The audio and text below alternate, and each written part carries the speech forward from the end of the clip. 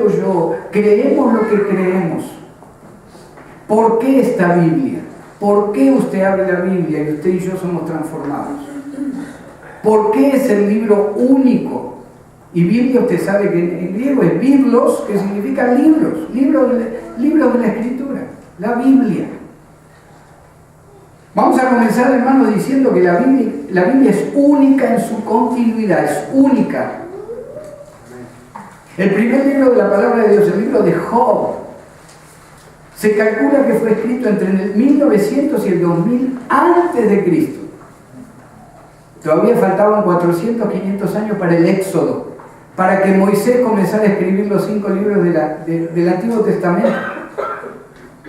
4000 años, hermanos, han pasado y esta palabra de Dios sigue transformando vidas. Algunos dicen, bueno, no, la psicología me transformó, o el hombre o el humanismo me transformó. ¿Te transformó para qué? Seguramente para que creas que sos mejor de lo que sos, o que yo crea que soy mejor de lo que soy, o que puedo repetir delante del espejo algo 20 veces y voy a estar mejor, o me voy a sanar, o me voy a sentir más importante. Es importante entender, hermanos, que muchas veces decimos, voy a leer la Biblia. Usted sabe que cuando abrimos la Biblia nos lee a nosotros. La Biblia nos lee a nosotros. Hermanos, la Biblia fue escrita en un total de por lo menos 1500 años. 40 generaciones pasaron hasta que se completó el libro de Apocalipsis, año alrededor de 95 después de Cristo. ¿Usted no ve una contradicción? ¿Usted no ve algo que va en contra de lo otro? Y lo tremendo, hermanos, fue escrita por reyes, campesinos, filósofos, pescadores, eruditos, coperos, cobradores de impuestos. Es uniforme. Nadie puede decir que la Biblia de Génesis a Apocalipsis tiene un error, se quiebra su mensaje en algún momento. ¿Cuál es el mensaje de la primera a la última página, hermanos? Dios está en control de su creación. Y el otro mensaje, imposible de entender para el mundo, Dios mandó a un Redentor. Esa es la historia de toda la Biblia. El hombre cayó, pero siempre en la eternidad pasada, en su omnisciencia, en su omnipotencia, Dios tenía la solución. Enviar a su Hijo Jesucristo para que muriera por el pecado de cada uno de nosotros. Fue escrita en diferentes lugares. Moisés en el desierto, Jeremías en una celda, Daniel en el palacio de un rey pagano. Fue escrita en tiempos de guerra y paz. Fue escrita en 3 continentes diferentes: África, Asia, Europa. Única en su continuidad. La palabra es única y es única en la manera que llega a nuestra vida. Fue escrita en 3 idiomas: en hebreo, algunas porciones de arameo, en griego, y no tiene falla. No tiene falla. Y yo al final ahí del estudio, usted lo puede llevar, si lo puede leer esta semana, léalo de nuevo, está tan interesante, hermano, que usted lo repase. De los manuscritos originales, tanto de los salmos que escribió el rey David, como la profecía de Isaías, así como el Evangelio de Juan. Todos los manuscritos que se han encontrado, principalmente desde el año 1950 en adelante, todos, ya sea en hebreo o en griego o en arameo. Lo que usted tiene hoy en español, por ejemplo, a través de la Reina Valera, o los hermanos que hablan inglés a través de la King James, lo que usted y yo leemos hoy fue comprobado por los eruditos, es un 96% de lo que fue escrito, hermanos, miles de años atrás. Por eso es única esta palabra, por eso es eterna, por eso no falla. Lo que algún joven que amaba a Dios o a Jehová en el tiempo del Señor, ahora en el tiempo del Señor, lo que leía en Isaías, lo que leía en Jeremías, es lo que usted y yo leemos y nos sigue motivando a seguir confiando en este Dios creador, como compartía también nuestro hermano Homero. No hay manera de pensar que abro la Biblia y voy a ser la misma persona, pero el corazón tiene que estar dispuesto. El corazón tiene que estar dispuesto. Hebreo, arameo, griego. Hay una misma progresión en la continuidad. Es única la redención de Dios para el hombre. Fíjese lo que dice Gálatas 4 y 5. Usted lo tiene ahí en el papelito. Pero cuando viene el cumplimiento del tiempo, Dios envió a su Hijo, nacido de mujer y nacido bajo la ley, para que redimiese a los que estaban bajo la ley, a fin de que recibiésemos la adopción de hijos. Ese es el plan completo y el mensaje completo de la Biblia, hermanos. Desde Génesis 1:1, en el principio creó Dios los cielos y la tierra, hasta el último verso del libro de Apocalipsis, que termina de una manera tan linda. Amén, sí Señor, Jesús, ven pronto. Es el mismo mensaje, la misma continuidad, no hay contradicciones. La Biblia nos lee a nosotros, es única en su circulación. Para el año 1970 más o menos, hermanos, entre idiomas y dialectos, ¿sabe cuántos? 739 traducciones de la palabra de Dios. ¿Cuántos idiomas conoce usted o yo? ¿Verdad? 1, 2, 3. Yo sé también francés. Oui, oui, no, no. ¿Sé francés o no? ¿Usted sabía que se dice oui, oui o oui para decir sí? Hay veces que decimos, no, yo conozco 4, 5, 8, ¿verdad? Ojalá que conozcamos bastante bien el nuestro, por lo menos. Pero hermanos, casi 750 idiomas y dialectos, esta Biblia, esta palabra única, fue traducida para que billones de personas, aún al día de hoy, sigan recibiendo la salvación en Cristo Jesús. El poder de la Escritura es única en circulación, única en supervivencia. Váyase conmigo a Jeremías 36. Jeremías 36. Y esto sí quiero leerlo, hermanos. Quiero leerlo porque es tan interesante. Jeremías 36. Váyase conmigo al versículo 23. ¿Lo tienen? Fíjense lo que pasa en el tiempo del profeta Jeremías. Cuando Jehudí había leído 3 o 4 planas, lo rasgó el rey con un cortaplumas de escriba y lo echó en el fuego que había en el brasero, hasta que todo el rollo se consumió sobre el fuego que en el brasero había. Dios le profetiza al espíritu de Jeremías que escriba en una hoja y le mande al rey lo que estaba haciendo mal el rey. El rey lo corta con un cortapluma y lo echa al fuego. Dice, y no tuvieron temor ni rasgaron sus vestidos el rey y todos sus siervos que oyeron todas estas palabras. Y aunque el Matán de la Ía y Gemarías rogaron al rey que no quemase aquel rollo, no los quiso oír. Era algo profético, es lo que usted está leyendo ahora, quiso ser quemado por un rey. No me diga lo que me tenés que decir. También mandó el rey a Jerameel, hijo de Amelec, a Seraías, hijo de Asriel, y a Selemías, hijo de Abdil, para que prendiesen a Baruc, el escribiente, y el profeta Jeremías, pero Jehová los escondió. Vino palabra de Jehová a Jeremías, después que el rey quemó el rollo, las palabras que Baruc había escrito en boca de Jeremías, diciendo, fíjese lo que le dice Dios, vuelve a tomar con otro rollo, y escribe en él todas las palabras primeras que estaban en el primer rollo que quemó Joacim, rey de Judá. Hermanos, este es el libro que más se ha querido destruir desde hace 30 siglos. Y aquí usted y yo lo tenemos.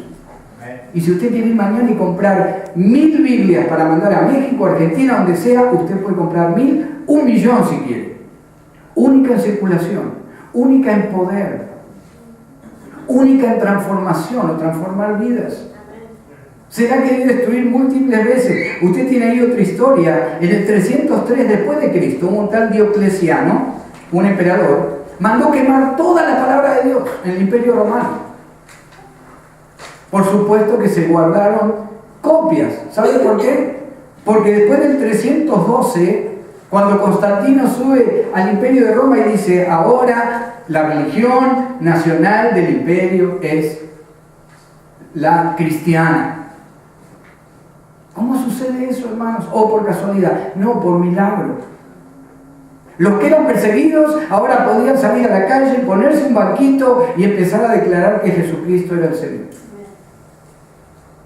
El poder de la Escritura, de esta Escritura.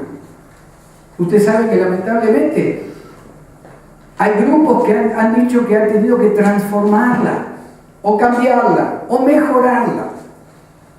Es todo blasfemia, hermanos. Esta palabra es perfecta.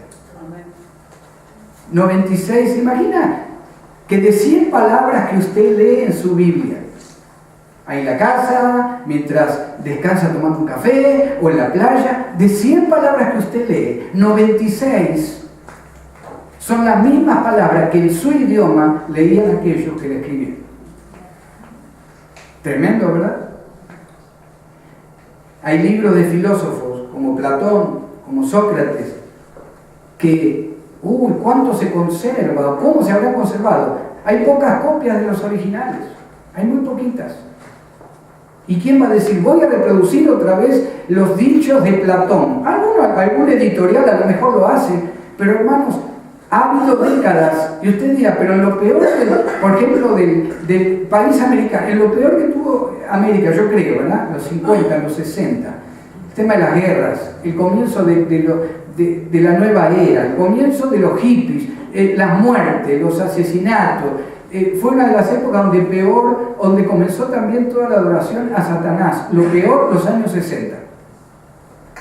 A través de las drogas, a través de, como dijimos, la New Age, de lo que fuera. Pero ¿sabe una cosa? Fueron décadas que las editoriales no daban abasto para imprimir Biblias. ¿Cómo es eso, hermanos? Cuando usted abre este libro, el poder de Dios empieza a trabajar en tu corazón. El poder de Dios te empieza a decir, o estás bien o estás mal. El Señor después nos deja a cada uno de nosotros decidir cómo vamos a responder a ese llamado que la palabra nos hace. Ya para entrar en tema, 2 de Timoteo, y usted dirá, ¿para qué el pastor me habrá dado tanto de historia? ¿Saben por qué? Porque fíjense lo que dice el apóstol Pablo, lo que le dice a Timoteo. Al final de su vida ya Pablo se cree que desde una cárcel en Filipos, y qué tremendo que la carta de los filipenses se llama la carta del gozo cristiano. Pablo estaba en un pozo, tenía que comer donde hacía sus propias necesidades, porque no podía salir de ahí, estaba atado, estaba encadenado. Y Pablo allá en Filipenses termina diciendo, regocijaos en el Señor. Amén. Y a nosotros nos duele un poquito la muela y ya estamos pensando que Dios nos olvidó. O que no está en control de la caries que tengo, ¿verdad? O del dolor de dedo, o del dolor de oído. El apóstol Pablo dice, regocijaos en el Señor siempre. Fíjense lo que dice 2 de Timoteo capítulo 3, versículo 14 en adelante. ¿Lo tienen? Dice el apóstol Pablo, pero persiste tú, le habla a Timoteo, en lo que has aprendido y te persuadiste, sabiendo de quién has aprendido. Y que desde la niñez has sabido que las sagradas escrituras, las cuales te pueden hacer sabio para la salvación por la fe, que es en Cristo Jesús. Toda la escritura es inspirada por Dios y útil para enseñar, para redarguir, para corregir, para instruir en justicia, a fin que el hombre de Dios sea perfecto, enteramente preparado para toda buena obra. Ahí donde dice el versículo 14, hermanos, pero persiste tú. Le está diciendo Pablo en el idioma original, Timoteo, permanece, no te muevas. No te muevas de esta escritura, porque esta es la que te da la vida y te va a seguir dando vida, y a través de esta palabra vas a poder compartir con otros la vida eterna. Es un imperativo, está en un tiempo presente y activo ese verbo, hermanos, y significa, te comando, Timoteo, que no te salgas de la línea de la palabra.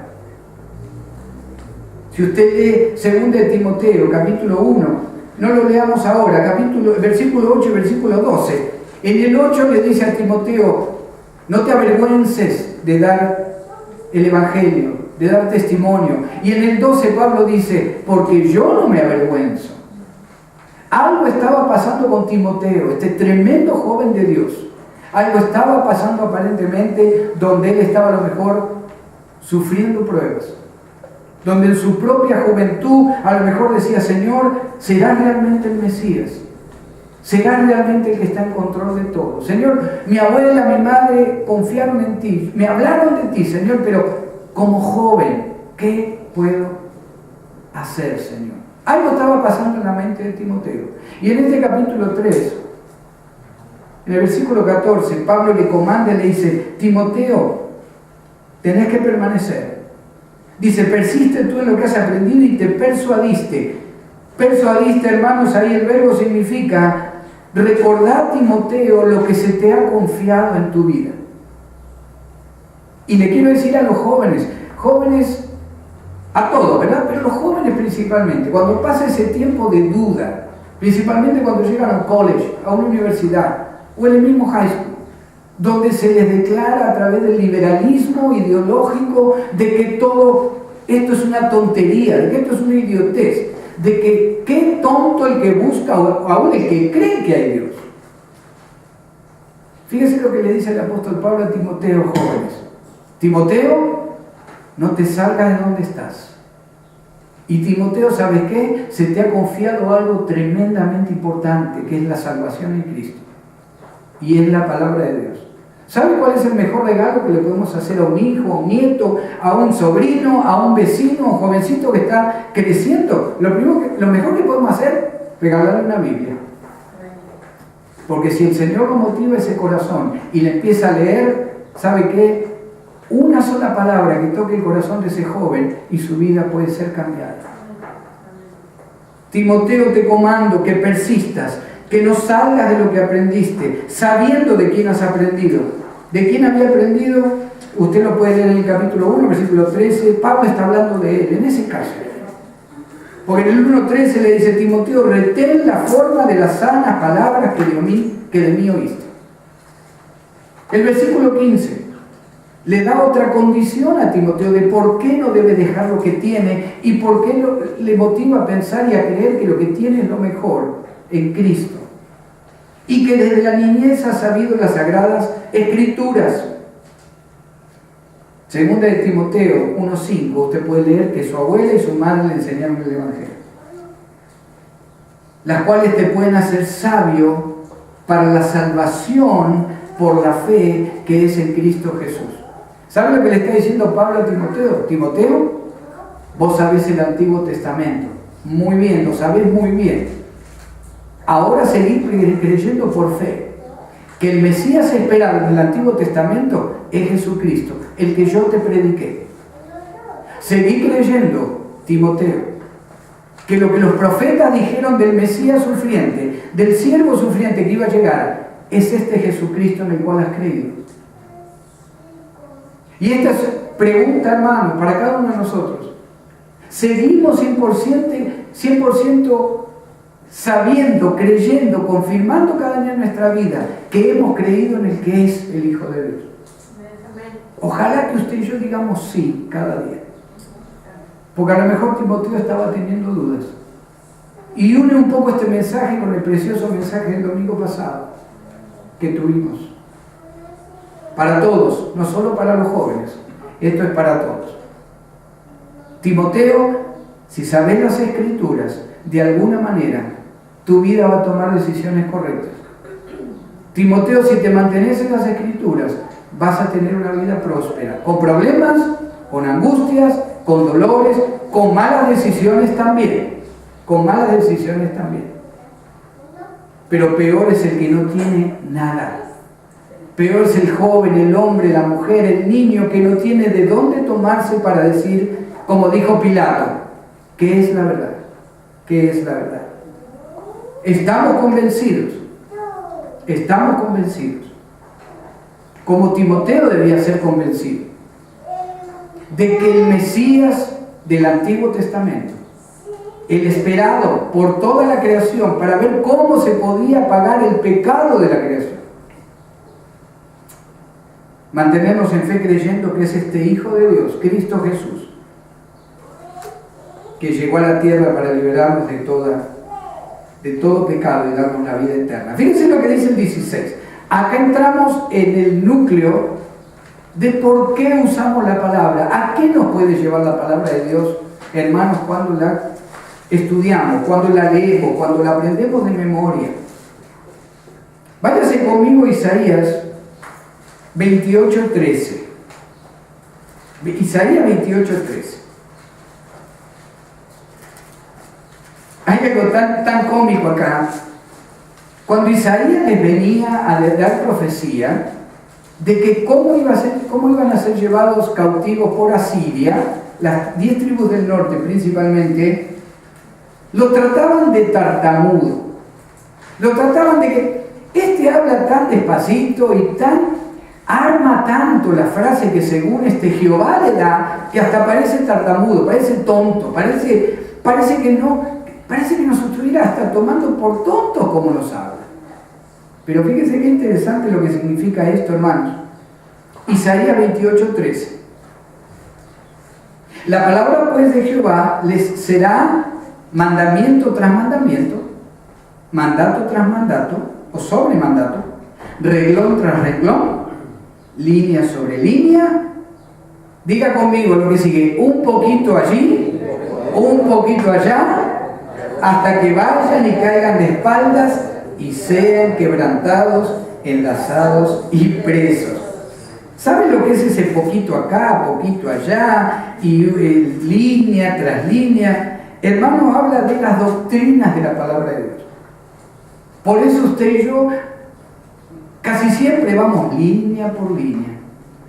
Y esta palabrita dice esto, y este mensaje es esto, y esta es la doctrina de la salvación, y acá la palabra habla de la doctrina de los ángeles, por ejemplo, y usted a lo mejor, ¿verdad? O alguien que a lo mejor dice, pero yo vine a escuchar la palabra, no tanto, ¿verdad? Enseñanza, como si estuviera en la escuela. Hermanos, de eso habla Isaías, que no iba a recibir el pueblo de Dios. Así terminaron.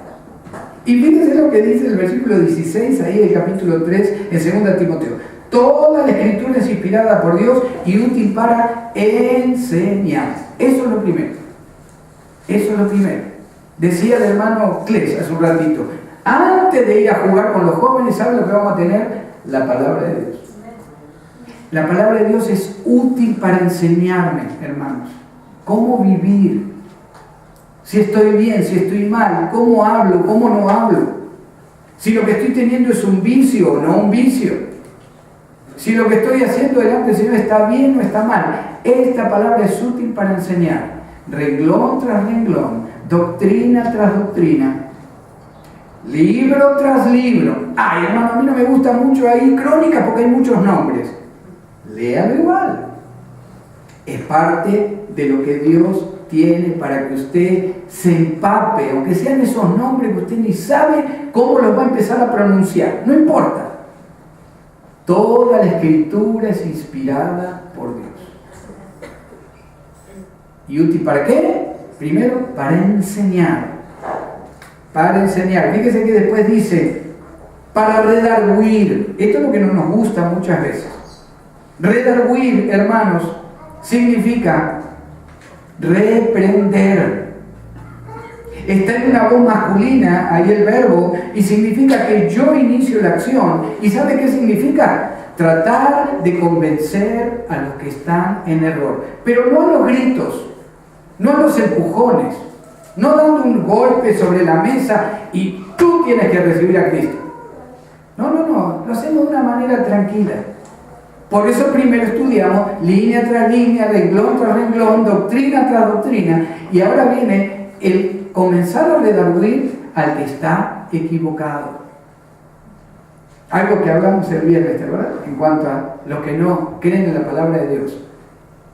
Si yo no aprendo primero, no puedo con un corazón tranquilo, con un corazón humilde, no puedo redarguir a los que sabemos que están perdidos todavía, porque ¿con qué lo voy a hacer?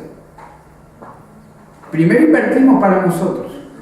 Leemos, estudiamos libros de apoyo, diccionarios bíblicos, la escritura por supuesto primero, pero nos apoyamos con otros fuentes de información donde estudiosos de la palabra por décadas o por siglos han traído estudios de la palabra de Dios con doctrina bíblica, con doctrina sana. Cuando ya estamos más o menos armaditos, ahí comenzamos a redarguir. Te motivo que busques de Cristo. Te motivo, mira, escucha bien lo que te están diciendo, porque no te está llevando a la salvación en Cristo Jesús. Toda la palabra de Dios es útil para enseñar, para redarguir, para corregir. ¿Sabe lo que es el verbo ahí, corregir? Lo que significa en griego. Agarrar algo que está torcido y ponerlo derecho. A mí me encantaba cuando era chico, no sé por qué.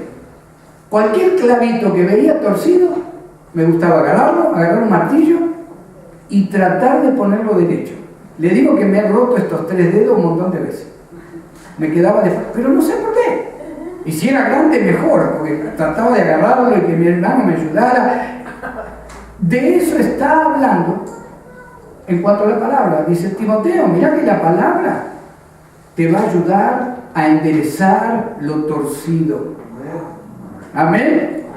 Gloria a Dios. Fíjese que seguimos de ahí. Primera de Corintios 1 al 10. Si usted me acompaña, no vamos a leer todos los versículos. Primera de Corintios 10. No lo vamos a leer todo. Pero fíjese algunas de las cosas que el apóstol Pablo declara que estaban haciendo mal los hermanos de la iglesia de Corinto. Fíjese el versículo 7. Ni seáis idólatras como alguno de ellos, según está escrito. Se sentó el pueblo a comer y a beber y se levantó a jugar. Está hablando del tiempo cuando Moisés estaba en el monte recibiendo la palabra, los 10 mandamientos, y el pueblo ya estaba abajo emborrachándose, teniendo atrocidades sexuales y adorando un becerro. Ni forniquemos, dice el versículo 8, como algunos de ellos fornicaron y cayeron en un día 23.000. Ni tentemos al Señor. Fíjese el 10. Ni murmuréis. Y el versículo 11 dice, y estas cosas les acontecieron como ejemplo. Cuando el apóstol Pablo dice a Timoteo, Timoteo, la palabra de Dios, toda la palabra inspirada es útil para enseñar, para corregir, para redarguir, para corregir. Primero le dice Timoteo, fíjate que está torcido en tu casa. Fíjate que está torcido en tu corazón. Timoteo, fíjate cuál es el clavito que tenés que primero enderezar, pero que es tuyo el clavo, no de los demás. Pero ahí el contexto, hermanos, en Timoteo habla de que lo tenemos que hacer también con aquellos que amamos.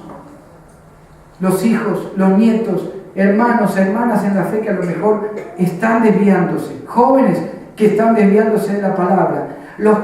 Los tratamos de enderezar en la palabra de Dios. No es que somos chusmas, no es que somos murmuradores. No. Cuando preguntamos, cuando abrazamos a un joven le decimos, vení para acá, ¿cómo estás? ¿Cómo está la escuela? ¿Cómo está esto? ¿Cómo está aquello? Hermanos, el Espíritu Santo nos muestra cuando nosotros o alguien más no está caminando derecho en el Señor. ¿Verdad? ¿A cuántos les pasa eso? A muchos. Que usted dice, yo no sé qué es lo que... Yo no sé, pero algo yo noto en este joven, en esta jovencita, en este hermano, en esta hermana. Yo tengo que hablar, yo tengo que orar primero. Hay algo que estoy viendo que no funciona derecho como la palabra nos pide que funcionemos. Toda la palabra es inspirada y es útil para enseñar, útil para redarguir, útil para corregir. Y fíjese que dice al final, para enseñar, para redarguir, para corregir, para instruir en justicia. Ahí esa frase, hermanos, en el original significa como llevar de la mano a un niño e instruirlo en las cosas de la vida. ¿A quién le gusta compartir con niños o niñas con juegos o hasta reírse a veces un rato de lo que dicen y lo que ellos comparten? ¿A quién le gusta? Yo creo que a todos, ¿verdad? Alguien dijo por ahí que todo nacido de nuevo de alguna manera sigue teniendo un corazón de niño por ahí. Yo no sé por qué. Eso dice Pablo, Timoteo, no te salgas de donde estás. Timoteo, esta palabra es perfecta. Timoteo, esta palabra te va a ayudar a redarguir, a corregir, no solo a ti, sino a los demás. No se olvide que Timoteo era pastor, era líder. Y finalmente le dice Timoteo, volvé a recibir la palabra como un niño.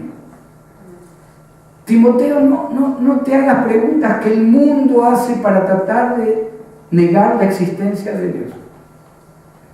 Pablo es el mismo que también en alguna de sus cartas dice, olvídense de la genealogía, de que, no, acá hay uno de los nombres que pusieron en la genealogía de Cristo, de David, acá está mal, así que yo creo, y eso decían los eruditos, se llamaban sacerdotes de Dios, siervos de Dios, y lo único que hacían era tratar de demostrar que esta palabra estaba mal. Le dice Pablo, Timoteo, olvídate de todo eso, seguí estudiando. Seguí leyendo la palabra, Timoteo. Fíjese que también en el capítulo 4 de 2 Timoteo, fíjese lo interesante, siguiendo el contexto de lo que estamos hablando, fíjese, el versículo 2, 4:2, lo motiva. Fíjese que en el 1 dice, te encarezco, y después dice, que prediques la palabra, que instes a tiempo y fuera de tiempo, redarguye, reprende, exhorta con toda paciencia y doctrina. Hermanos, usted y yo, cuando abrimos la palabra, estamos abriendo lo perfecto, lo eterno, lo que no tiene error en su continuidad, lo que no tiene error en cuanto a la doctrina, en cuanto a la redención de Dios por el hombre. No nos cansemos, hermanos, de hablar con nuestros hijos, con nuestros nietos. Y si algún vecino por ahí tiene un hijo, una hija que dice, a mí me gustaría estudiar la Biblia, tráigalo, o llévelo a la casa junto con sus hijos y lean la Biblia. Porque el apóstol Pablo dice a Timoteo, la palabra de Dios, Timoteo, te va a servir. ¿Para qué? Fíjense el versículo ahí ya para terminar, 3:17. A fin de que el hombre de Dios sea perfecto, enteramente preparado para toda buena obra. Leeríamos en griego, para dejar todo trabajo bien terminado. Ayer nos gozamos tanto con mi esposa cuando vimos a esta gente recibir lo que tanto le costó. Después una hermana nos contaba, pastor, si le dijera que había veces que hasta casi llegué a agarrarla con fiebre y casi la rompía del coraje que tenía. No le salían los exámenes, se le cortaba el internet, pero hermanos, siguieron adelante.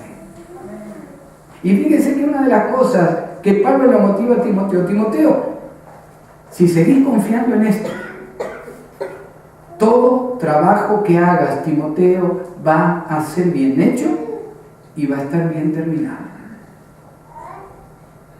¿Cuántos quisieran cada cosa que hagan, que tenga un comienzo, que tenga un fin y que usted diga, Señor, gracias porque esto lo has hecho tú? A todos nos gusta.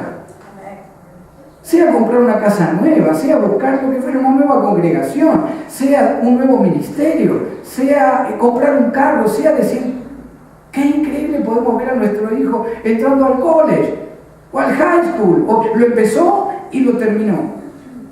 Empezó y lo terminó. De eso habla, hermanos, Pablo a Timoteo como joven. Pero esto aplica, usted sabe, para todos nosotros.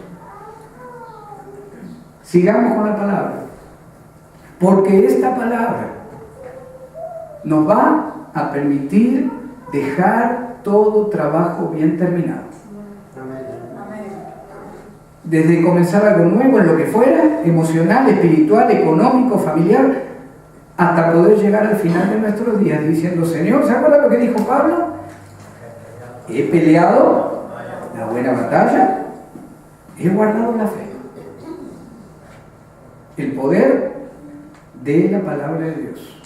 Nunca desestimemos, hermano, hermana, joven, jovencita, amigo, nunca desestimemos esta palabra inspirada por Dios. Porque no hay otra igual. Amén. La palabra también dice, la palabra inspirada por Dios, dice que si confesamos a Cristo como nuestro Señor y Salvador, y creemos en nuestro corazón que Dios le levantó de los muertos, seremos salvos por toda la eternidad. Perdón de pecados, vida eterna en Cristo Jesús.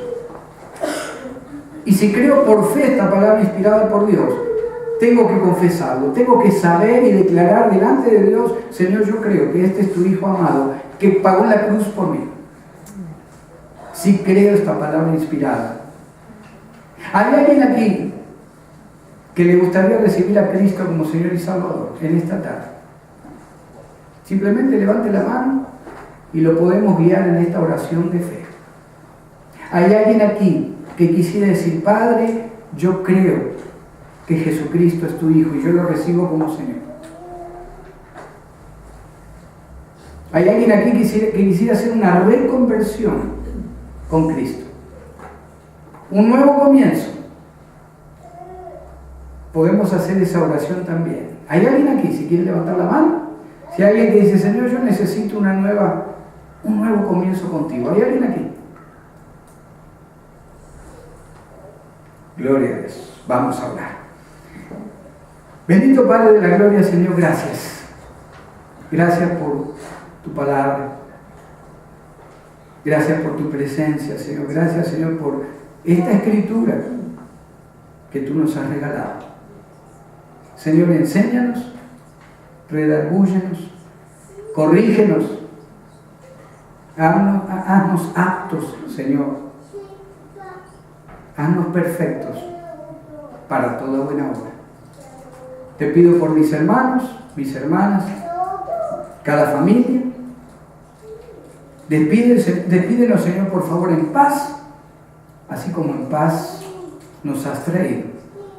Regálanos, Señor, este fin de semana largo, regálanos un tiempo de descanso, un tiempo de gozo. Regálanos, Señor, un tiempo donde dediquemos un poco de tiempo a tu palabra, la palabra inspirada del Creador del universo, Cristo Jesús.